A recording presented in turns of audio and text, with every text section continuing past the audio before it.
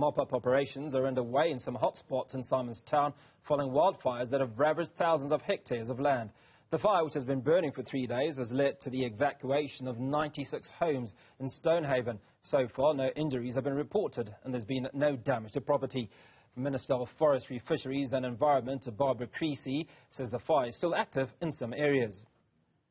This afternoon I went to visit the nearly 3,000 hectares that have been burnt as a result of this fire. And of course we looked at areas where the teams are mopping up what we call hotspots. We also saw the areas where the fire is still active above Misty Cliffs. I have to say that this has really been a remarkable collaborative effort. We've had 300 firefighters fighting on this line. There have been between 6 and 8 helicopters and other forms of aerial support. Not a single home has been lost. The fire miraculously went past the Red Hill informal settlement. It stopped right next to the housing line above Simon's Town, and of course also in Scarborough where we visited. Creasy has lauded firefighters and volunteers who have been working around the clock to put out the blaze.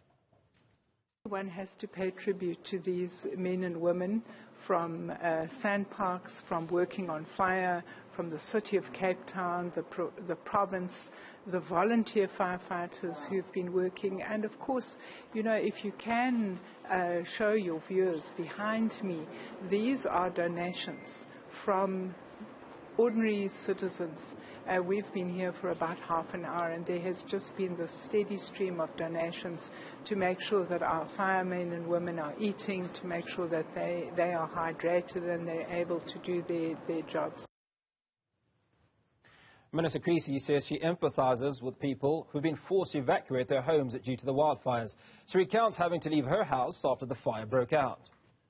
I do have a private home in Simon's Town, and on Tuesday night when the fire came over the mountain, we took a decision to leave, and we weren't in any danger.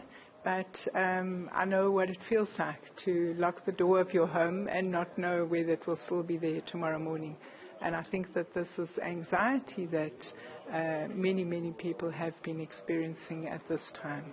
Obviously, when the flames are coming, there is anxiety.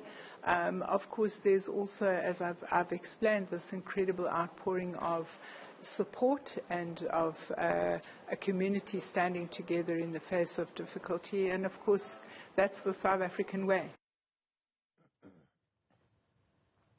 Now, to walk us through the mop-up operations in Simon's Town and how these large-scale operations work on the ground, we're now joined by Lötter, the CEO of Volunteer Wildfire Services. Claire, appreciate your time. Would you provide an update on the current status of the wildfires in Simon's Town? So the update hasn't changed too much. The road closures are still in effect. There are still multiple resources on the site. The best place for ongoing updates would be spokesperson from City of Cape Town or the Sandparks, who is the nature conservation people in the area at the moment. So let's talk about your team's involvement, currently involved in firefighting efforts. Just how much work are they putting in, and what does this work constitute? Well, we predominantly have ground crews and what we call skid units and some tankers and some water sources, but mostly ground crews.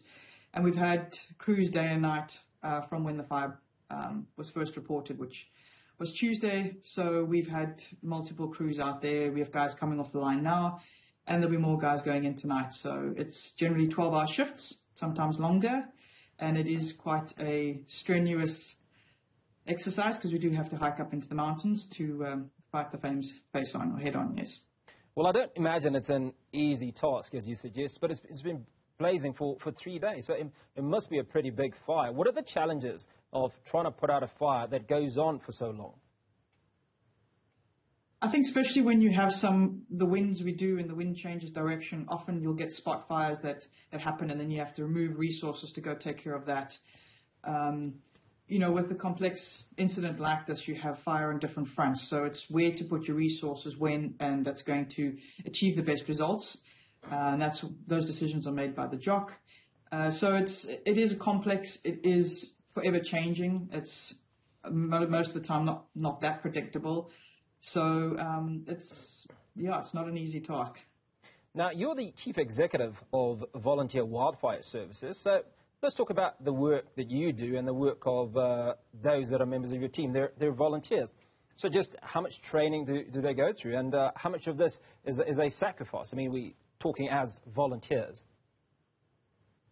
Yes, so there's a lot of sacrifice. Just the training alone, new recruits will probably train for best part of 6 months. Obviously not every day because people have jobs. And to qualify as a firefighter, we are absolutely...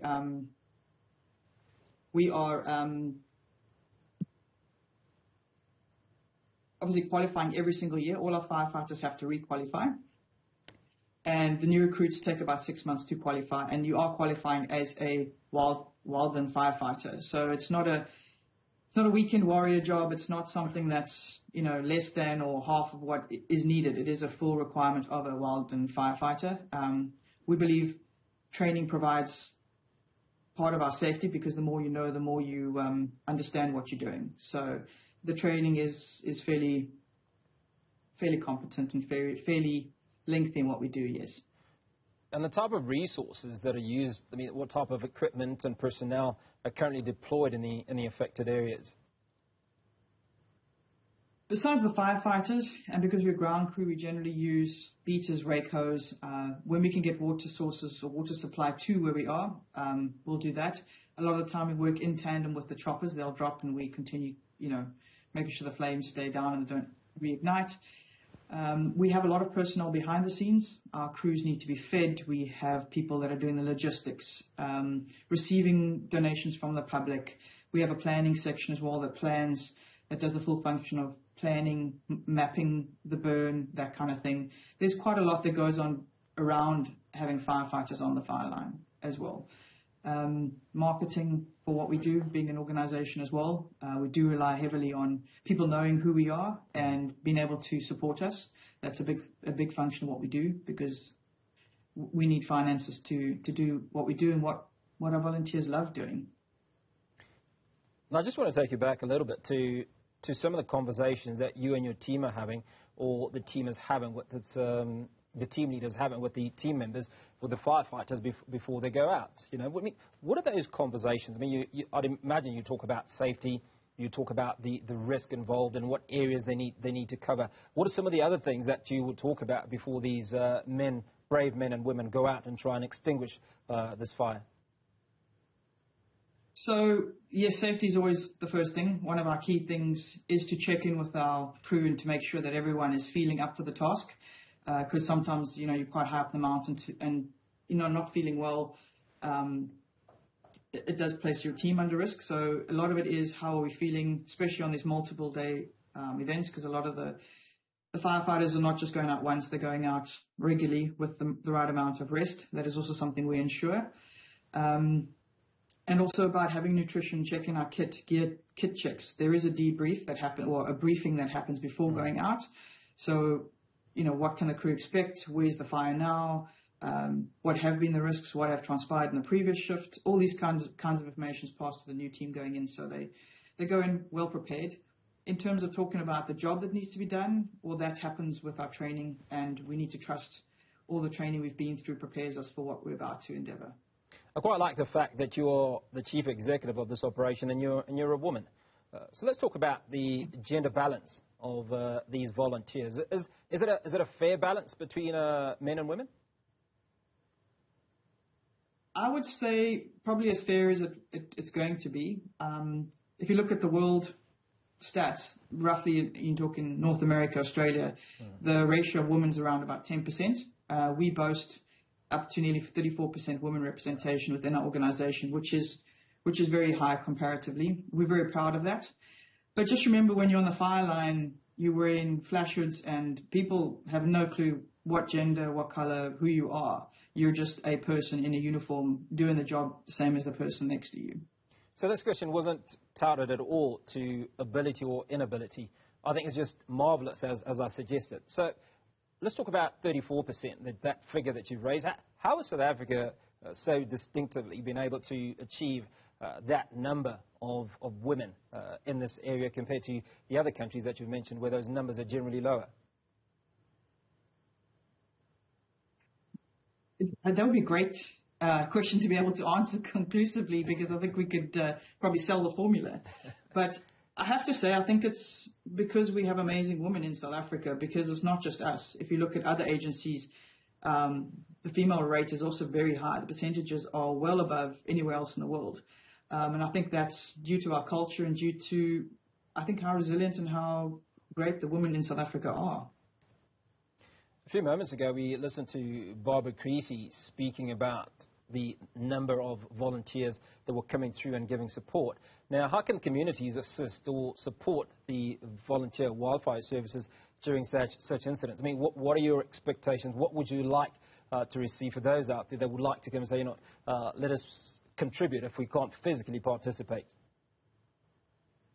Firstly, I'd like to express my sincere and humble thanks in the amount of donations and kind words and wonderful messages that me and my team have received. Cape Townians are amazing people. They really are. When the chips are down, they're always there and they're always helping and always positive. And I have to really say our appreciation for that. Even just people shouting, driving past with the window down and, cheering us on. It really is amazing. We have received numerous food, water, all the things we have requested. People are still able to donate, especially things like eye drops. Sunscreen is a big thing. Energy drinks, energy bars, things that are easily transportable and not perishable. And of course, one of our biggest needs has always been financial support. We are a non-profit. We do rely, again, on the Cape Townians to help us do what we do on the fire line. We need to put fuel in our vehicles. When you're doing such long shifts and continuous shifts, actually there are things that break, equipment needs to be maintained, things like that just happen. That's normal course of business, and all that needs to be paid for. Our vehicles, we are growing and we would need more vehicles. Some of our vehicles are very aged, so there's always that kind of a need within the organization. I'm going to refer to the Minister of Forestry, Fisheries and Environment once again, and she talked about how she has a home in Simonstown and had to lock it and walk away from it because the fire was coming in. Now, what sort of emotions do individuals go through when they have to do this? I mean, your feet are firmly on the ground, so you would have had much interface with people that have to leave their homes and hopefully not lose them and be able to return at some point.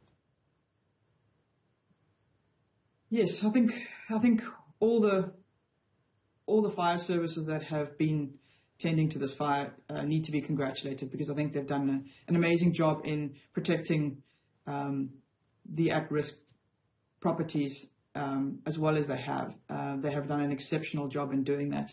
It is, of course, a very scary time for people. It is a time where everything you've built is there, and you could lose it. So as you can imagine, it's scary, but it's not just that. There's also animals. There's all those things which also play on your emotions. By the very nature of what we do, most of our volunteers are nature lovers. They enjoy being in the outdoors. They love the mountains. This is why they volunteer and they help fight the fires. So dealing with that also has a mental impact on people. So not just the people leaving. It's witnessing what people are going through. That's also sometimes tough on the firefighters.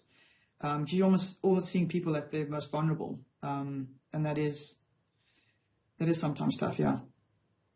Claire Lötter, CEO of Volunteer Wildfire Services, appreciate your time and thank you so much for the great work that you are doing, and continue to wish you nothing but safety.